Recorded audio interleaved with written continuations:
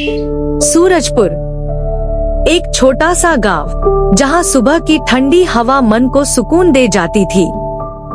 खेतों से आती मिट्टी और फसलों की महक में मेहनत की कहानियां घुली थी। तंग गलियों के किनारे बने मिट्टी के छोटे छोटे घर, जिनमें सादगी के साथ साथ अपनापन और प्यार की गर्माहट बसती थी। इन्हीं गलियों में रमेश रहता था, एक मेहनती समोसा बेचने वाला, जो अपनी पत्नी सुनीता और बेटे बबलू के साथ छोटे से घर में बड़ी बड़ी उम्मीदें संजोए रहता था। घर भले ही सादा था, लेकिन उसमें सपनों की नींव और परिवार का अटूट साथ था। सुनो जी, चौराहे पर जल्दी पहुंच जाना। आज कुछ ज्यादा समोसे बिक जाए तो बबलू के लिए नई किताब ले आना। हाँ ठीक है, कोशिश करूँगा, बस तुम चिंता मत करना। और हाँ, साहूकार बलदेव सिंह से ज्यादा उलझना मत, उसकी बातें सुनकर चुप रहना ही ठीक है। अरे मैं सब संभाल लूँगा। रमेश का ठेला सिर्फ समोसे नहीं बेचता था, बल्कि उसमें बबलू के सपने और सुनीता की उम्मीदें भी सजी थी। हर सुबह ये बाप बेटा चौराहे की ओर चल पड़ते, जहां उनकी मेहनत और जिंदगी की जंग शुरू होती थी। सूरजपुर का चौराहा रमेश के लिए रोजी रोटी का ठिकाना था, मगर यहाँ साहूकार बलदेव सिंह का रौब भी चलता था।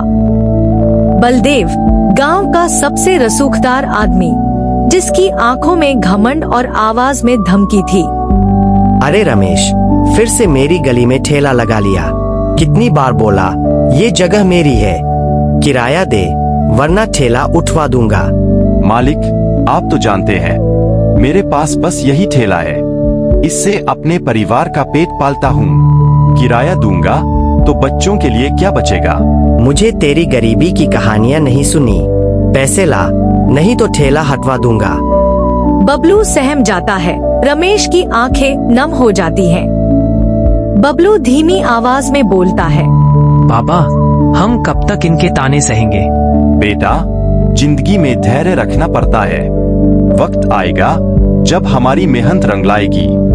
बलदेव हंसते हुए चला जाता है। रमेश और बबलू उसे जाते देखते हैं। उनके मन में एक नया संकल्प जागता है। बाबा, मैं वादा करता हूँ, एक दिन हम इतनी तरक्की करेंगे कि ये साहूकार हमसे सम्मान से बात करेगा। रमेश की आंखों में बबलू के शब्दों ने एक छोटी सी उम्मीद की किरण जगा दी। बलदेव की धमकियां उनके हौसले को तोड़ नहीं सकती थी, क्योंकि उनके पास था मेहनत का हथियार और सपनों का खजाना। रमेश का घर भले ही छोटा था, मगर उसमें प्यार की गर्मजोशी और सपनों की चमक थी। हर रात सुनीता की रोटियां और बबलू की बातें रमेश की थकान को हल्का कर देती थी। सुनो जी, आज फिर साहूकार आया था। हाँ, फिर वही धमकी, किराया दो वरना ठेला हटवा दूंगा। इतना किराया मांग रहा है कि अगर हम देने लगे तो घर कैसे चलेगा? सुनीता की आंखें नम हो जाती हैं। वह गरम रोटी निकालकर रमेश को देती है। दिन भर मेहनत करते हो, कम से कम 2 रोटी तो सुकून से खा लो। कब तक ऐसे चलेगा? कभी कभी लगता है कि किस्मत ने हमें सिर्फ ठोकरें देने के लिए बनाया है। बाबा, किस्मत से नहीं, मेहनत से जिंदगी बदलेगी। हम अपने समोसों को इतना मशहूर करेंगे कि साहूकार बलदेव सिंह भी हमारी इज्जत करेगा। रमेश और सुनीता बबलू की बात सुनकर हैरान होते हैं। उसकी आंखों में आत्मविश्वास देखकर उनके चेहरे पर मुस्कान आ जाती है। बाबा, हमारे समोसे इतने स्वादिष्ट हैं कि लोग दूर दूर से खाने आएंगे। हमें बस और मेहनत करनी है, कुछ नया करना है। बेटा, नया करने के लिए पैसे चाहिए। हमारे पास तो बस ये ठेला और मेहनत है। माँ, मेहनत ही हमारा सबसे बड़ा खजाना है। हम कुछ नया सोचेंगे, जैसे समोसों में नया स्वाद या गांव के मेले में ठेला लगाना। बबलू की बातों ने रमेश और सुनीता के दिल में एक नया जोश भरा। रात गहरा रही थी, मगर उनके मन में एक नई उम्मीद का दिया जल चुका था। रमेश और बबलू ठेला लेकर चौराहे पर पहुंचते हैं। समोसों की खुशबू हवा में फैल रही है। तभी बलदेव सिंह धमकता है, उसका चेहरा गुस्से से लाल।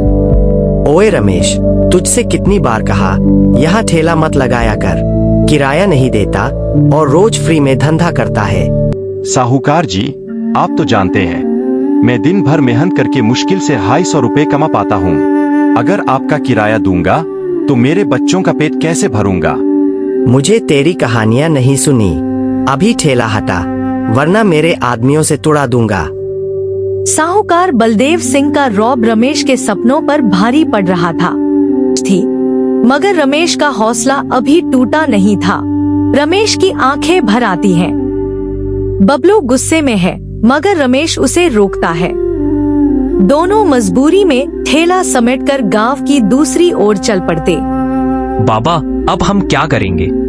बेटा, भगवान पर भरोसा रख, कोई रास्ता जरूर निकलेगा। रमेश की नजर गांव के एक शांत चौराहे पर पड़ती है। यहाँ भीड़ कम है मगर जगह सुरक्षित है।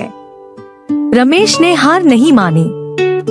उसने नई जगह पर ठेला लगाने का फैसला किया जहाँ उसकी मेहनत को एक नया मौका मिल सकता था। नई जगह, नई चुनौतियाँ, मगर रमेश की मेहनत और समोसों की खुशबू ने गांव को अपनी ओर खींचना शुरू कर दिया। तभी एक अनजान मेहमान की एंट्री ने रमेश की जिंदगी में नया मोड़ ला दिया। ओए समोसे वाले, इधर आ। जी साहब, बताइए। मेरे होटल में आज शेफ नहीं आया और कुछ खास मेहमान आने वाले हैं। मुझे अभी 50 समोसे चाहिए। 50 समोसे? हाँ, लेकिन सुन, अगर स्वाद अच्छा ना हुआ तो एक भी पैसा नहीं दूंगा। रमेश और बबलू जल्दी जल्दी समोसे तलने में जुट जाते हैं। 50 समोसे तैयार होते हैं। विजय पहला समोसा खाता है। अरे वाह, ये समोसे तो लाजवाब हैं। सुन, तू रोज मेरे होटल के लिए समोसे बनाया कर। विजय पैसे देकर चला जाता है। रमेश और बबलू खुशी से झूम उठते हैं। बाबा, ये तो भगवान का आशीर्वाद है। हाँ बेटा, अगर हम मेहनत और ईमानदारी से काम करें तो ये मौका हमारी जिंदगी बदल सकता है। रमेश के समोसों की खुशबू ने न सिर्फ ग्राहकों को बल्कि किस्मत को भी अपनी ओर खींच लिया। ये एक छोटी सी जीत थी मगर एक बड़े सपने की शुरुआत। रमेश की मेहनत रंग ला रही थी मगर उसकी सफलता कुछ लोगों को खटकने लगी। विजय मल्होत्रा, जिसके होटल के लिए रमेश समोसे बनाता था, अब उसकी तरक्की से जलने लगा। अगर ये रमेश ऐसे ही तरक्की करता रहा तो मेरा होटल पीछे रह जाएगा। इसे रोकना होगा। रात के अंधेरे में विजय के गुंडे रमेश के घर पहुंचते हैं और ठेला तोड़ देते हैं। अगली सुबह रमेश टूटा ठेला देखकर स्तब्ध रह जाता है। हे भगवान, ये किसने किया? मेरा सब कुछ बर्बाद हो गया। सुनीता और बबलू दौड़ कर आते हैं। सुनीता की आंखें भर आती हैं। सुनो जी, अब हम क्या करेंगे? बाबा, हम हार नहीं मानेंगे। गोविंद काका, पास की दुकान के मालिक, रमेश को देखते हैं। रमेश, ये क्या हुआ? काका, कोई रात में मेरा ठेला तोड़ गया। तू मेहनती इंसान है रमेश, ये किसी की जलन का नतीजा है। चिंता मत कर, मेरी एक दुकान खाली पड़ी है, तू वहाँ समोसे बेच सकता है। काका, आपने मुझ गरीब को नया जीवन दिया। इस मौके को कभी नहीं भूलूंगा। रमेश की मेहनत को तोड़ने की साजिश नाकाम रही। गोविंद काका की मदद ने रमेश को नया रास्ता दिखाया और उसका हौसला फिर से जाग उठा। गोविंद काका की दुकान रमेश के लिए नया आसमान बनी।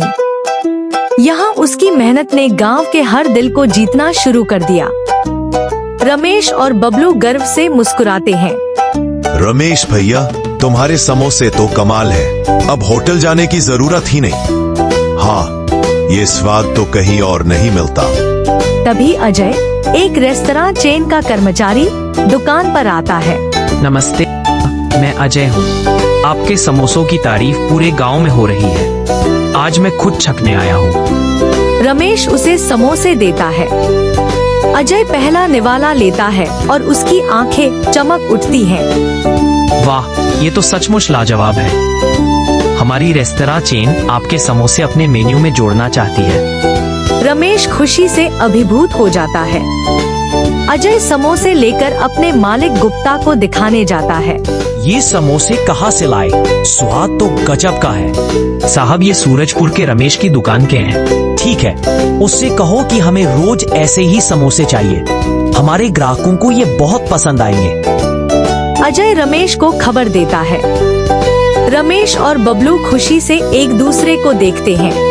बाबा, अब हमारे समोसे पूरे शहर में मशहूर होंगे। लेकिन बेटा, इतना बड़ा ऑर्डर पूरा करना आसान नहीं। आपकी मेहनत आपको आगे ले जाएगी। हम आपको हर तरह से मदद करेंगे।